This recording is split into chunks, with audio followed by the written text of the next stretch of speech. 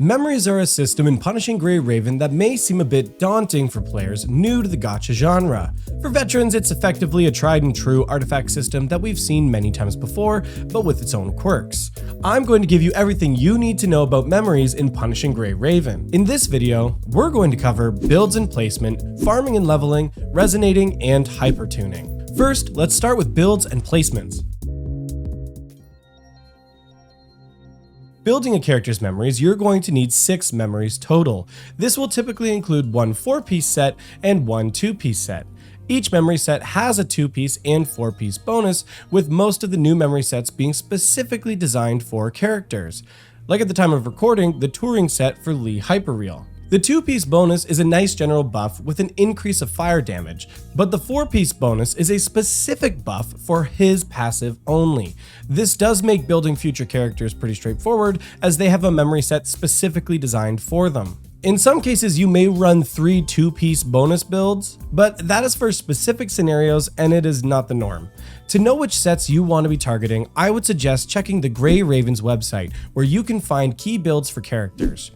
For the early game, I would suggest sticking to the main builds to start, but as you get deeper, you can fine-tune towards your playstyle and account. While in early game, the slots that memories sit in don't really matter, but later they do for min-maxing. If you haven't seen them yet, you might notice this number at the top left-hand corner of the memory. This determines the slot you can place a memory into.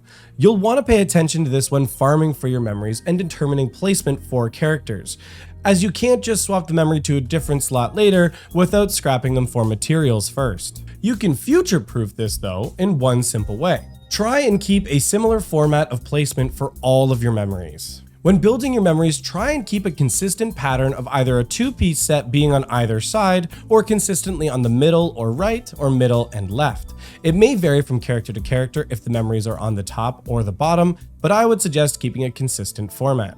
Especially in the early game when you are still raising memories, you will have access to memory sets, which will make sharing memories between characters very helpful and allow for more team versatility for different modes like Warzone and Pain Cage. For example, for a time I had to share a Da Vinci set between Live Luminance and Live Lux, but they each used a different 2-piece set to go along with them. By having their memories set to the same slot, I was able to transfer them back and forth without issue. That was until I was ready to start resonating. Now you may be wondering why in some cases the 2-piece memories are on the top versus having them on the bottom.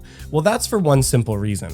The top row of memories, 1, 2, and 3, will always provide a stat boost to a character's HP and crit values, where the bottom rows, 4, 5, and 6, will give an increase to attack and defense values. Not all memory sets are the same in terms of the stat increase that a memory will provide.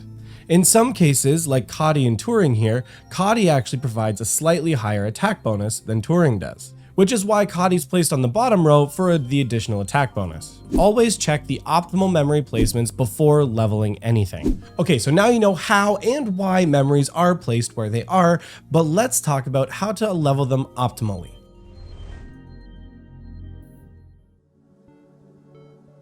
During your tutorial process, you will be introduced to the character farming stages. Basically, just ignore these. You do not need these anymore. The most efficient way to farm materials is through the event farming stage. When each patch goes live, there is an event farming stage included that will give you patch exclusive currency that will disappear after the patch is finished. So make sure to use it all because there's no point in saving these. The first stage is going to give you a large amount of currency, while the second stage is going to give you a little bit of currency and some random memory drops. I would always suggest running the first stage for the increased materials so you can guarantee any items and memories you'll need. The event farming stage holds a shop that will have everything you need to raise memories for any character.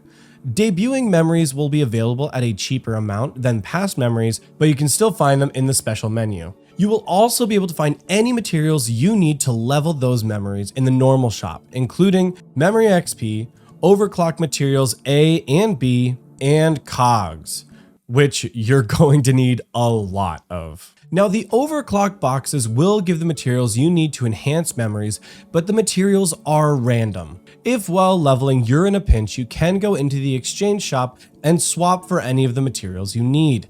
This, however, is not a one-to-one conversion and can be expensive, so I would suggest doing this sparingly unless you had really bad luck and all your boxes open to the same material type, which probably won't happen, but you never know. You can also buy some materials in the supply shop, but this costs cogs and you need a lot when raising a lot of memories and units, which in the early game you will be. Flipping back, I will say one of the best parts of PGR's memory system is there's no RNG on the base memories.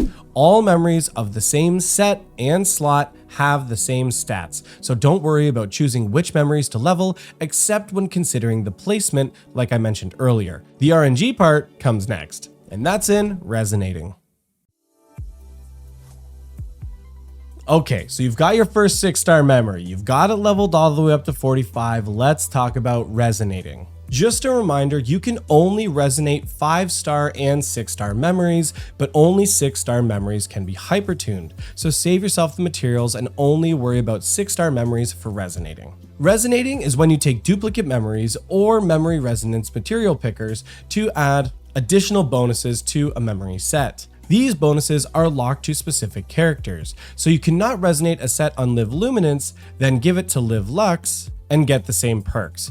You can still share the set, but the bonuses will be disabled. When prioritizing which character to resonate first, priority always goes to attackers, tanks, and then support. Amplifiers are a little more flexible and could be pushed up in the priority if you're using one as a main DPS, for example, using Live Imperia when you're missing Lee Hyperreal.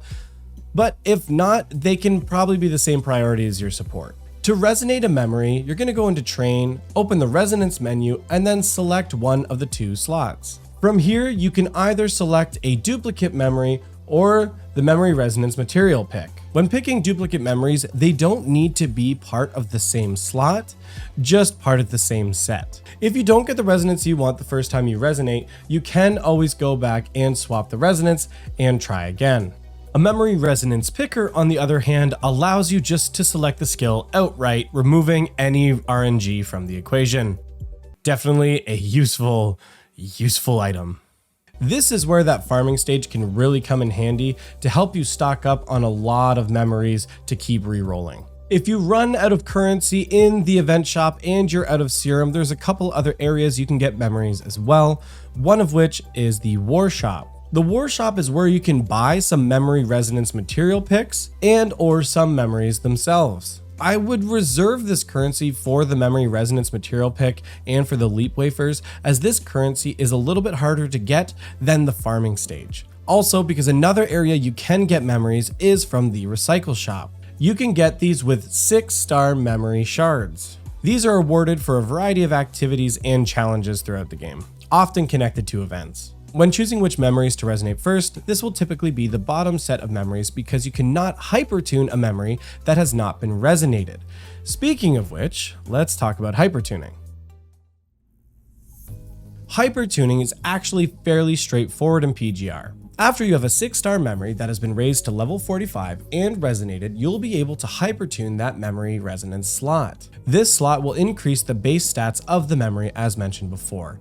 You'll want to prioritize resonating your bottom memories so you can hypertune them first as well.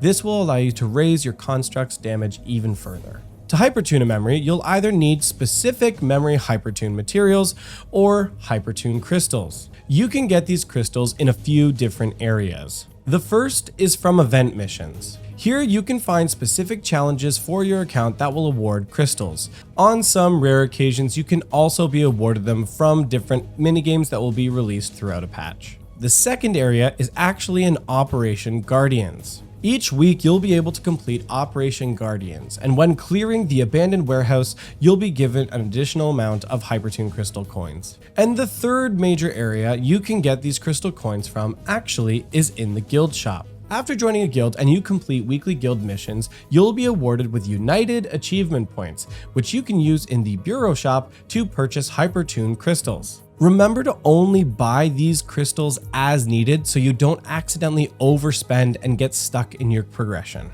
In the early game, when resources are scarce and you're working on your first couple teams, try to limit resonating and hypertuning to the essential slots of a character until the whole team is in a solid place. Another note, you can hypertune as soon as you resonate with the memory for the first time, and you do not need to wait for the perfect resonance perk. Hypertuning is locked to the resonance slot, not to the resonance perk itself, so you can continue to reroll this slot after you've hypertuned without issue. Now, I can't cover every character's build and optimal memories for the entire game, but I do just want to talk a little bit more about this one because I think you're going to encounter it a lot. That being the set we've already been discussing, Da Vinci. Why is Da Vinci so important? Da Vinci is a key set for some big damage numbers in Warzone and Pain Cage. In summary, when you trigger a QTE on a character, it's going to enable another character's QTE, allowing you to activate both QTEs without needing 2-3 pings to activate.